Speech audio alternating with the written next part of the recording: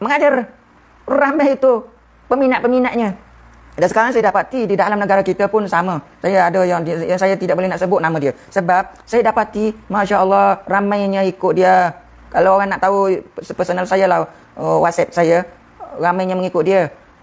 Dan dia juga menyatakan bahawa kita ini semua yang ada ini adalah nur.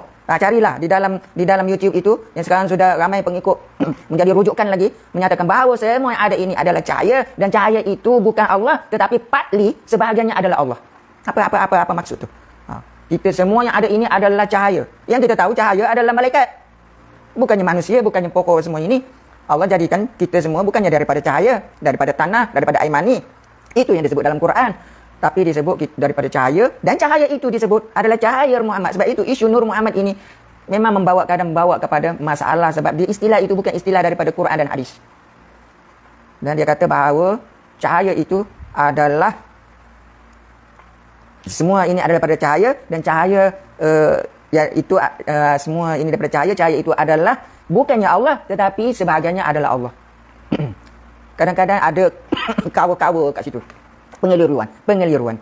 Jadi di dalam seperti di dalam kitab Hakikat Insan ini, Ahmad Laksmana, beliau menyebut bahawa bukti bahawa 7 tahap itu dia tafsirkan martabat 7 dengan ayat Al-Ikhlas, Qul huwallahu ahad.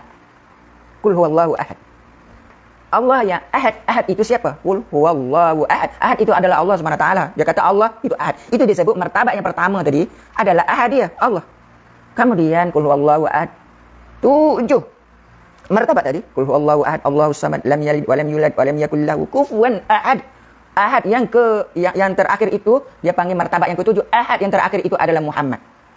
Jadi Allah yang ahad, Allah Muhammad itu juga ahad, Muhammad juga adalah Allah. Ini tafsir daripada penjelasan daripada Ahmad Laksmana.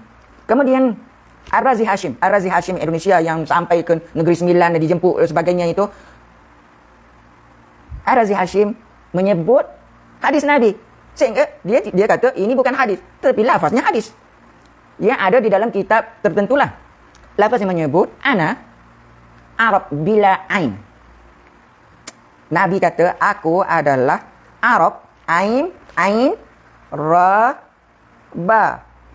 Semula saya aja Arab tanpa ain. Ain, ra, ba. Aku, Nabi kata, Arab tanpa ain. Kalau tidak ada ain, yang ada ra dengan ba. Apa makna ra dengan ba? Rabb bermakna Allah. Maknanya dia kata bahawa Nabi kata aku adalah Allah. Wa dan aku ditulis Ahmad bila mim. Alif Ahmad tanpa mim. Alif, ha, mim, dal. Kalau tidak ada mim jadi ahad. Ahad itu adalah dia kata rujuknya kepada Allah. Dia kata Nabi mengatakan bahawa aku adalah Rabb, aku adalah Tuhan, aku adalah Allah. Itulah kesan daripada ajaran martabat 7 ini, dan ianya sebenarnya kesemua daripada martabat pertama sampai ke-7 itu adalah sebenarnya jelas iaitu Allah dia nak menzahirkan dirinya, dan teori itu adalah teori buruk, teori yang membawa orang menjadi murtad apabila mengatakan bahawa akhirnya melahirkan manusia menyatakan bahawa akulah Allah, dan memang begitu pun dia sebut. Supaya kenal diri itu sampai ke tahap menyatakan aku Allah. Itu tuan-tuan, puan-puan tengok apa yang disebut diceramahkan oleh Ustaz Iswardi Indonesia yang banyak dalam YouTube itu. Saya mau cakap apalah kepada sesiapa yang tidak setuju dengan ajaran yang sebegini sesat, bila mengaku aku adalah Allah, bukannya lembu, bukannya batu, bukannya pokok, bukannya berhala itu adalah Tuhan, tetapi dia kata dialah Tuhan. Apa tidak syirik? Apa tidak syirik? Tidak membawa kepada kufur. Itu membawa kepada kufur. Sebab itu Ibn Arabi dihukum, bukan saja sesat, dihukum oleh ulama sebagai kufur. Tetapi orang-orang sufi yang begini, yang mendukung wahdatul wujud ini, menyatakan bahawa Ibn Arabi itu Syekhul Akbar. Sehingga kata-kata dia itu supaya ditakwil dengan makna lain. Siapa dia? Dia bukan Nabi. Saya ingin menyebut kepada tuan-tuan, puan-puan di dalam WhatsApp, di dalam live saya ini. Perlu sangat menjadi ukuran ini. Kita kena tengok Nabi SAW. Berapa kali Nabi menyatakan bahawa, berkata dengan kata-kata bahawa tidaklah anjing dan babi itu malaikat Tuhan kita. Nabi tidak pernah sebut.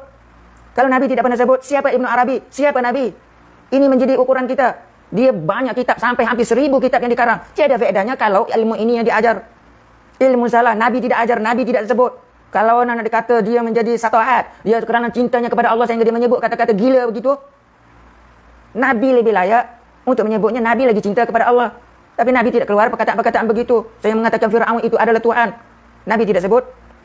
Begitu juga Abu Bakar, Umar, Utsman. Ini mereka-mereka terbaik selepas Nabi SAW tidak menyebut. Jadi siapa Ibnu Arabi, siapa Abu Bakar, siapa Umar, siapa Utsman? Abu Bakar, Umar, Utsman tidak pernah menyebut.